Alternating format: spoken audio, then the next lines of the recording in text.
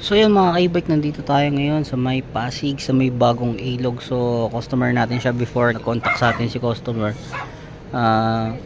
Hindi daw umaandar yung e-bike niya, pero may power siya. So dinadiagnose natin kung ano yung problema. So chine-check natin lahat. Yan, pinalas natin yung motor niya.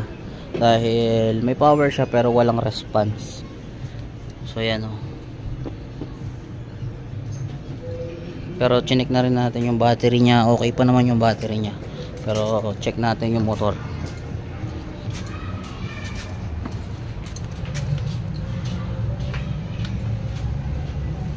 So yan yung motor niya. Stock motor yan, 650 watts.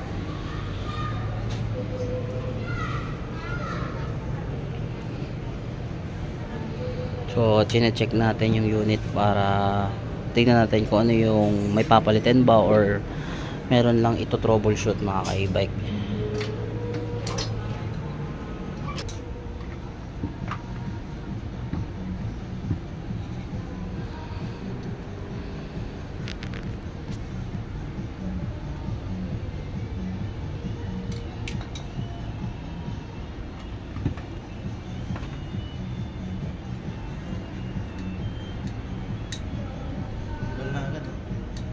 Dinigpitan.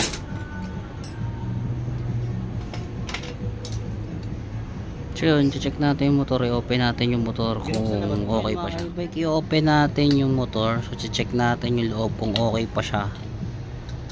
Tapos kung kaya siyang i-troubleshoot or kung transistor lang yung problema, di papalitan natin yung transistor. Pero kung hindi, palit talaga to, isang buong motor. So yun mga ka-e-bike, na-open natin yung motor ni customer. So kaya pala hindi siya umaandar. Natanggal yung transistor niya. So try nating ikabit ulit kung aandar siya ulit. Yan, kumalas yung transistor niya mga ka-e-bike. So yan yung transistor na tinatawag natin. Yan, yung green na yan. Palitan na rin pala. Palitan na rin pala. So ngayon, tatry natin i-revive yung motor ni customer mga ka-e-bike. So ayan yung sinasabi ko sa inyo sa vlog na kapag ang seller is hindi marunong talagang kumalas ng unit, pag once na huminto yan at nasira yung unit nyo, hindi na umandar, pag di nila kayang galawin yung motor, sasabihin nila palit motor. Pero pwede pa rin, case to case basis pa rin, pwedeng palitan yung transistor, pwede siyang i-revive. So ayun, depende yun. Kung gusto nyo makatipid talaga, doon kayo sa may knowledge sa e-bike, para in case magkaroon ng problema yung mga ganyang unit, yung transistor o sa motor, hindi kayo basta-basta mapapagastos. Syempre tatry pa rin natin i-revive yung motor kung kaya pa. Pag hindi, palit talaga yan. Pero we can try mga ka-e-bike kung kaya pa rin i-revive yan. Yun yung kagandahan kapag yung seller na binilan nyo is may knowledge talaga sa e-bike, pati sa repair. So yan mga ka-e-bike, kinakabit natin yung motor connection ng controller. So itatry natin kung gagana yung unit ni customer, kung okay pa yung motor niya.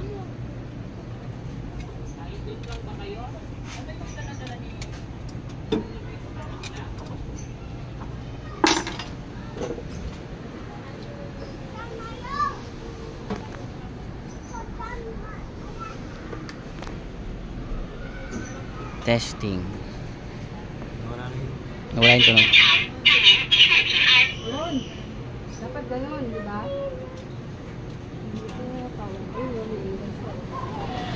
Yun, no? Mga ka-e-bike, napagana natin yung unit ni customer. So problem is transistor. So yun yung mga scenario na dapat nyong alam is bago kayo mag-avail ng isang electric bike, dapat yung seller is marunong talagang gumalaw ng electric bike, may knowledge sa e-bike, kayang mag-revive para nang sa ganun hindi kayo mapagastos ng malaki. Kasi tulad nito, motor maselan, kapag motor, syempre pag sinabi ng seller nyo na motor yung problema, palit kayo motor, magkano ang motor? Kung transistor lang pala, i-revive lang ng transistor, mas makakatipid kayo mga ka-e-bike kapag ang technician ng seller nyo is marunong talaga. So So ayan, ngayon umaandar na yung e-bike ni customer. So anong masasabi mo ma'am, napaandar na yung unit mo? Ano, kuya, kailangan under ganun. Andar ganon, atras sa bante natin. Salamat ako sa'yo, kuya.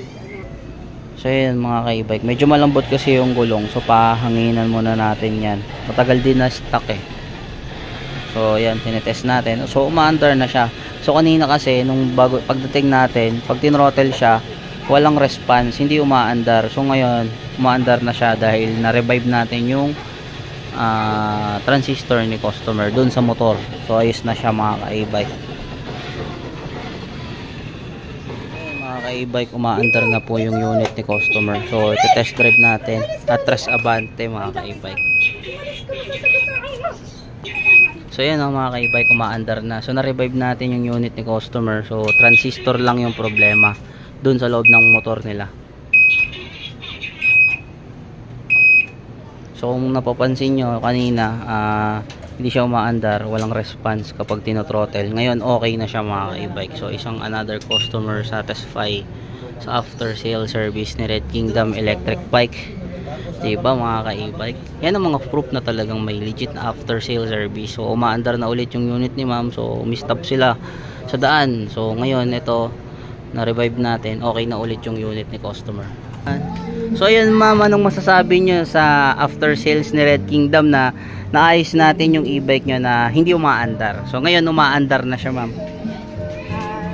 Kaya magpapasalamat ako sa iyo kasi na-revive mo yung e-bike ko na matagal nang hindi nagagamit.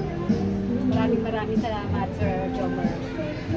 So ayan ma'am, maraming salamat din po at nagtiwala kayo kay Red Kingdom pagdating sa after sale service. Sinanap talaga kita eh. Ay, thank you very much ma'am.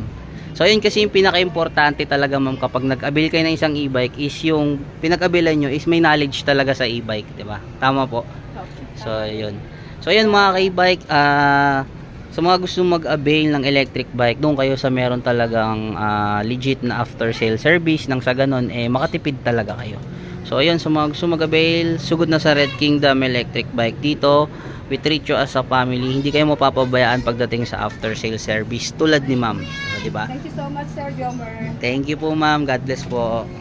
Hahanapin ulit kita.